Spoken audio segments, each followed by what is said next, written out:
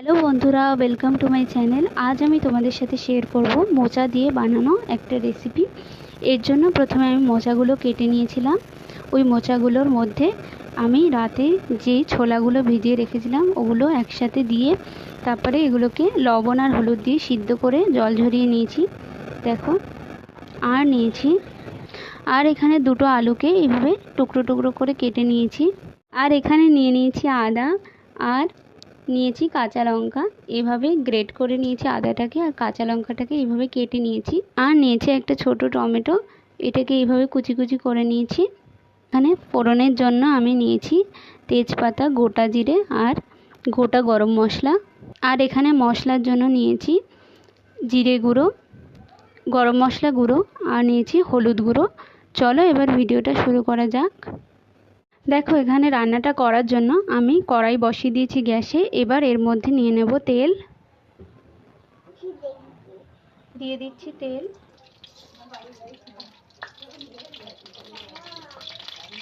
দেখো, তেলটা কিন্তু গরম হয়ে গেছে। এবার এর মধ্যে ফোড়নের জন্য যে তেজপাতা, গোটা জিরে, গোটা গরম মশলা নিয়েছিলাম দিয়ে দেব। এবার দিয়ে দেব টমেটো আর আদা আর কাঁচা লঙ্কা যেটা কেটে রেখেছিলাম ওগুলোকে।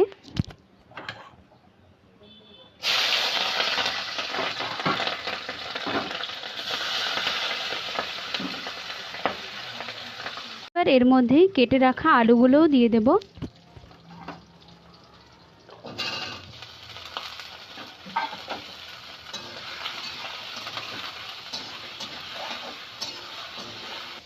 এবার এগুলোকে ভালোভাবে ভেজে নেব।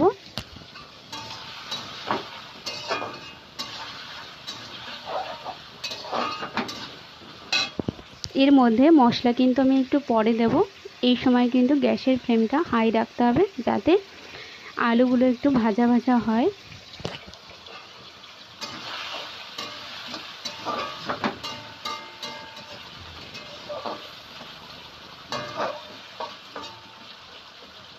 এটা কিন্তু সম্পূর্ণ নিরামিষ একটা রেসিপি, খেতে কিন্তু খুবই ভালো লাগে।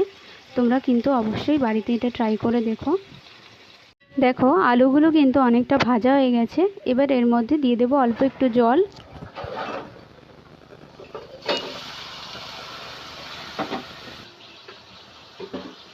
এবার এর মধ্যে মশলাগুলো একে একে দিয়ে দেব জিরে গুঁড়ো, হলুদ গুঁড়ো আর গরম মশলা গুঁড়ো।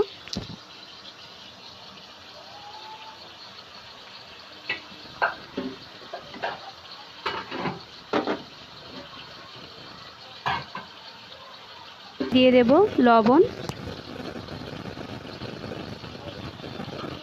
এবার এগুলোকে ভালোভাবে কষিয়ে নিতে হবে যতক্ষণ না মশলা থেকে তেল ছেড়ে দিচ্ছে ততক্ষণ।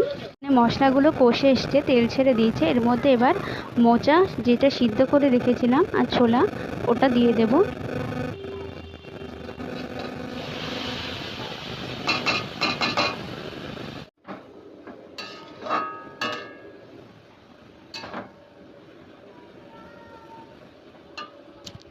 এবার এটাকে 10 থেকে 15 মিনিট একটু সিদ্ধ হতে দিতে হবে।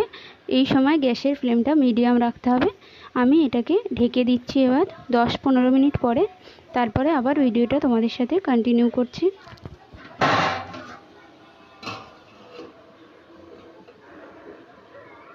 দেখো, 10 থেকে 15 মিনিট হয়ে গেছে। এবার আমি ঢাকনাটা সরিয়ে নেব।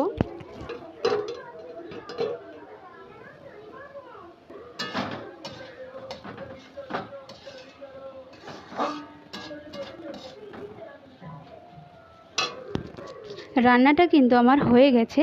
এবার এর মধ্যে আমি দিয়ে দেব অল্প একটু চিনি,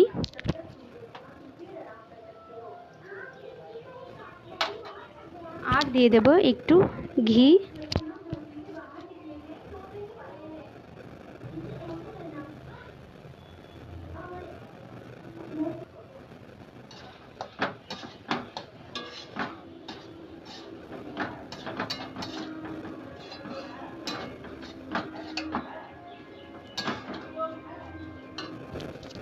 আমার মোচা রান্না কিন্তু একদম কমপ্লিট। এবার এটাকে আমি নামিয়ে নেব। দেখো, আমার নিরামিষভাবে মোচা রান্না কিন্তু একদম কমপ্লিট। তোমরাও কিন্তু বাড়িতে এইভাবে বানিয়ে দেখো, তোমাদেরও কিন্তু খুব ভালো লাগবে। আর তোমাদের যদি এই ভিডিওটা ভালো লেগে থাকে তাহলে অবশ্যই কিন্তু ভিডিওটাকে লাইক করো, শেয়ার করো, কমেন্ট করো আর চ্যানেলটাকে সাবস্ক্রাইব করতে কিন্তু একদম ভুলো না। তোমরা সবাই খুব খুব ভালো থেকো, সুস্থ থেকো। টাটা।